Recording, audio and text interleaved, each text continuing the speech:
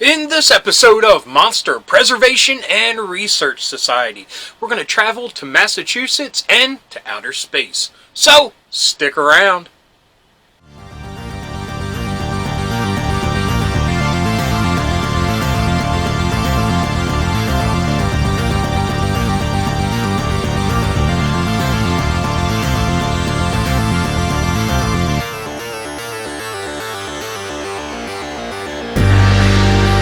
Hello and welcome to Monster Research and Preservation Society.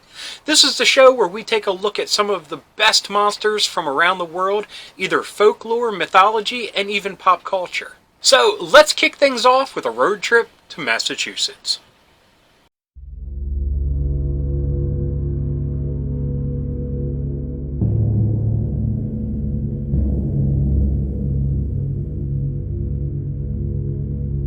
The experience that four teenagers shared separately in the spring of 1977 was only fleeting, but the tale of the Dover Demon is a story that has endured for many decades.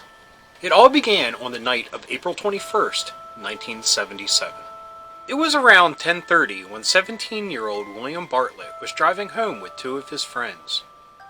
They were traveling north on Farm Street in Dover, Massachusetts, when the headlights of Bartlett's Volkswagen saw something on the side of the road.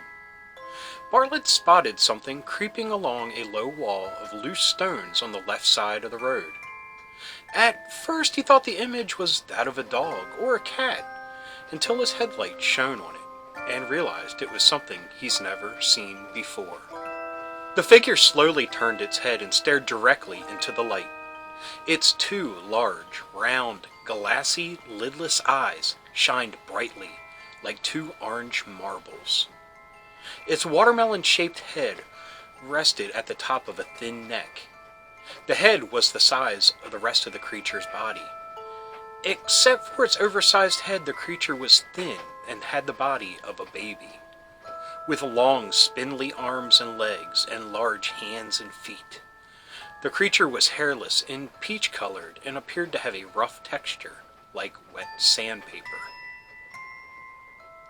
It had been making its way along the wall, its long fingers curling around the rocks when the car lights surprised it. Unfortunately, neither of Bartlett's companions saw the creature. The sighting lasted only a few seconds, and before Bartlett could speak, the car had left the scene. Bartlett dropped his friends off and went to his Walpole Street home, 9 miles away. Visibly upset, he walked through the door of his home and his father asked him what was wrong. Bartlett related the story and later sketches what he saw.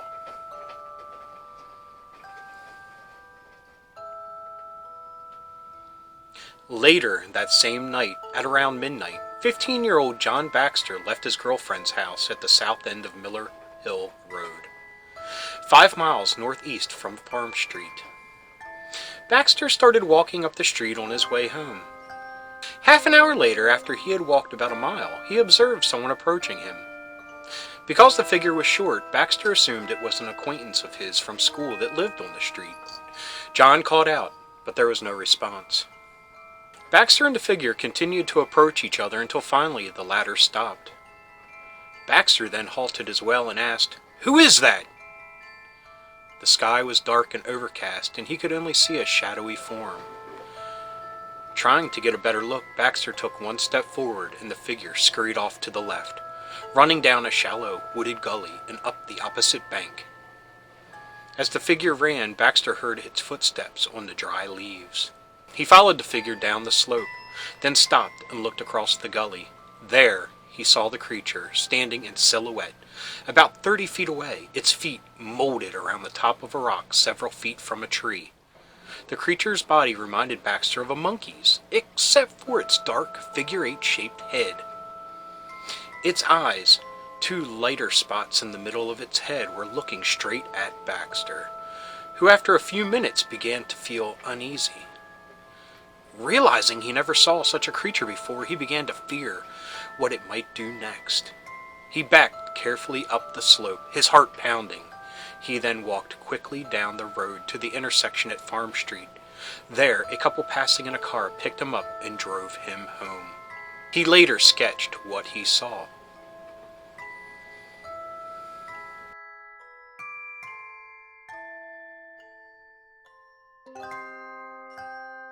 The next night, 15-year-old Abby Brabham was being driven home by William Tanner when she spotted something in the road. Brabham also described a strange creature with a large, ovid head and long, spindly limbs.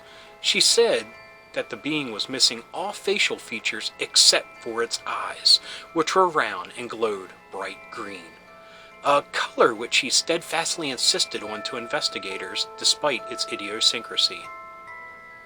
Tanner caught only a fleeting glimpse of the creature and said he saw something with a large head and tan body crouched in the road.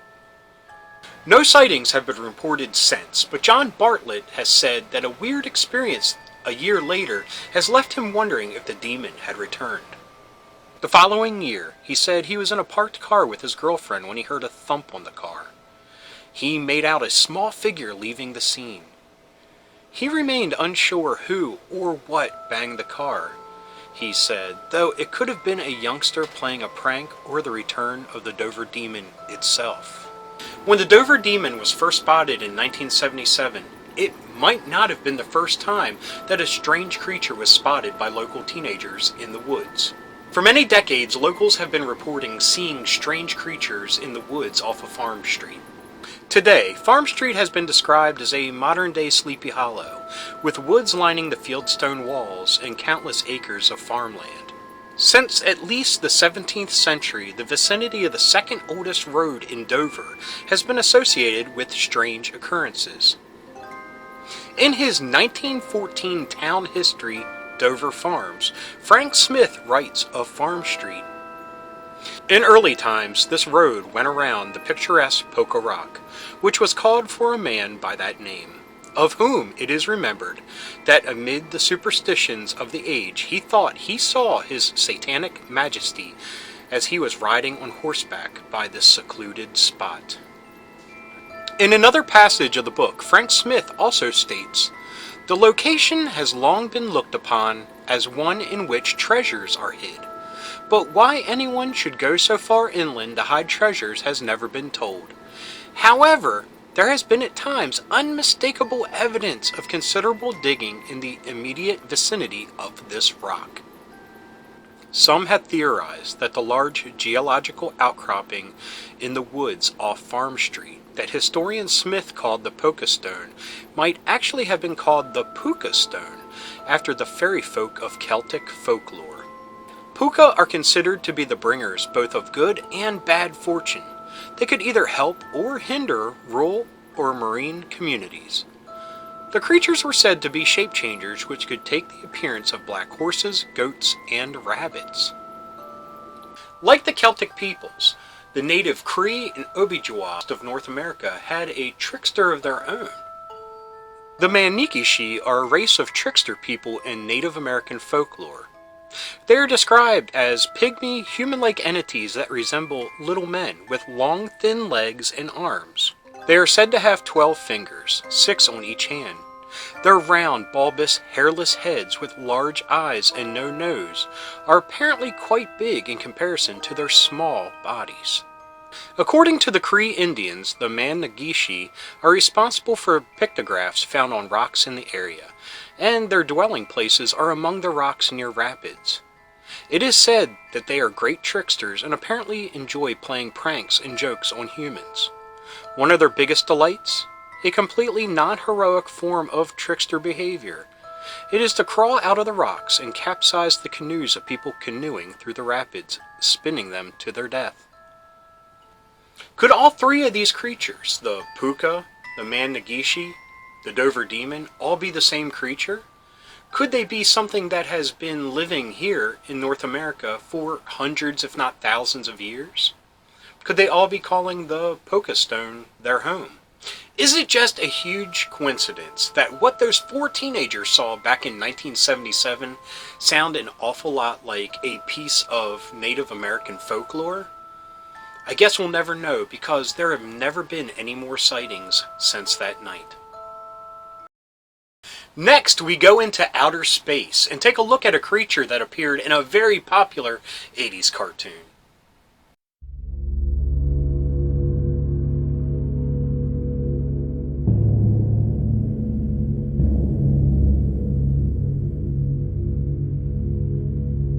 The G.I. Joe animated series was crazy, but it was the good kind of crazy. Who am I kidding? It was the best kind of crazy. 80s cartoons like G.I. Joe are something that are rarely seen nowadays. The most basic of ideas. A group of American servicemen and women taking on a would-be world dictator and his private army. That alone could be a comic book, cartoon, and toy line all by itself. But oh no, G.I. Joe took it a step further. Day after day, after school, we were treated to some real genre-bending ideas that I credit for making me the person I am today. There are countless examples of episodes that were written with a devil-may-care attitude that still impact my interests today.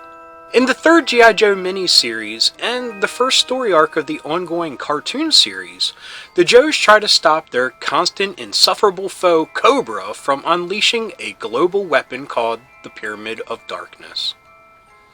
Zartan, along with his dreadnoughts, and Cobra seize control of the Delta space station and use it to harness their nefarious plan to control the world's electricity by emitting an EMP-like barrier around sections of the planet.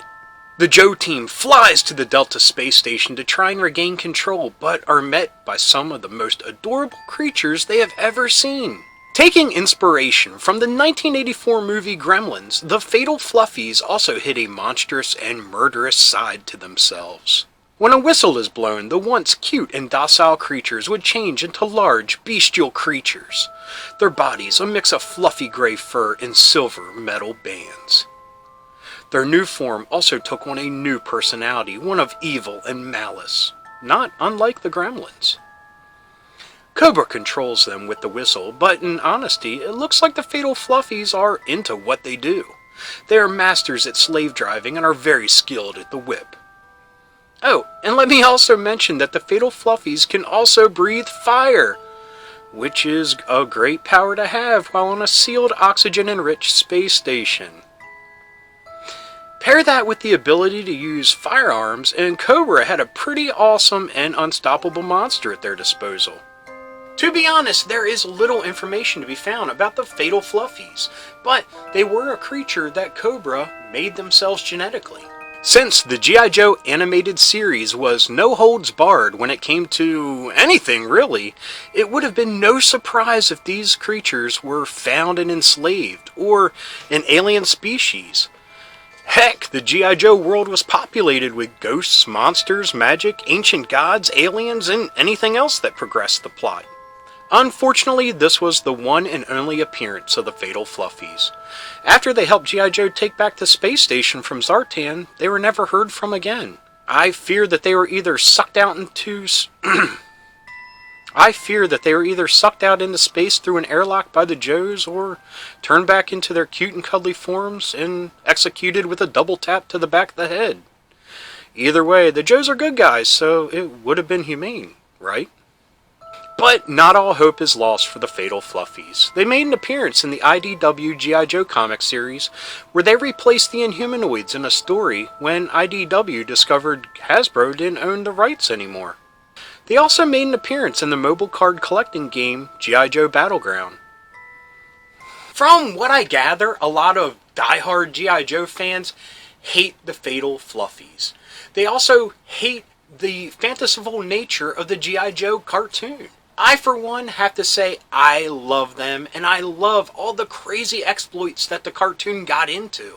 Yes, the G.I. Joe universe in the 80s spanned 3 different mediums. We had comic books, cartoons, and the toy line, and each one of them had its own unique spin on things. I was a fan of all 3, and they all helped groom me to be the dork that I am today. The G.I. Joe cartoon nowadays is viewed as something wacky and crazy. And you know what? That's alright. We had the comic and the toy line to be realistic and gritty. Why not have some fun with the property? The genre bending that it did was something that helped unlock a lot of our imaginations growing up, and probably helped a lot of us be who we are today. Anyway, thanks for tuning in to Monster Preservation and Research Society. If you like this episode, please give me a thumbs up.